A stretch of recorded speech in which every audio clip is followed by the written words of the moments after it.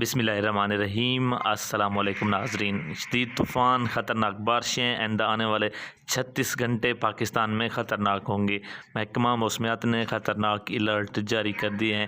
Weathers models میں مسلسل تبدیلی، بحیرہ عرب میں آنے والا خوفناک طوفان پاکستان پر آج رات شدت کے ساتھ اثر انداز ہوگا۔ شام رات کے اوقات میں شدید آندھیاں اور خطرناک بارشوں کے امکانات بتائے جا رہے ہیں۔ ویدر لورز آپ کو مکمل تفصیلات سے آگاہ کریں گے۔ پاکستان کے کس علاقے اور کس شہر میں کتنی بارش کے امکانات بتائے جا رہے ہیں، لیکن اس سے قبل اگر آپ نے ابھی تک بھی ہمارے چینل کو سبسکرائب نہیں کر رکھا، برائے مہربانی چینل کو سبسکرائب کر دیں، بہت شکریہ۔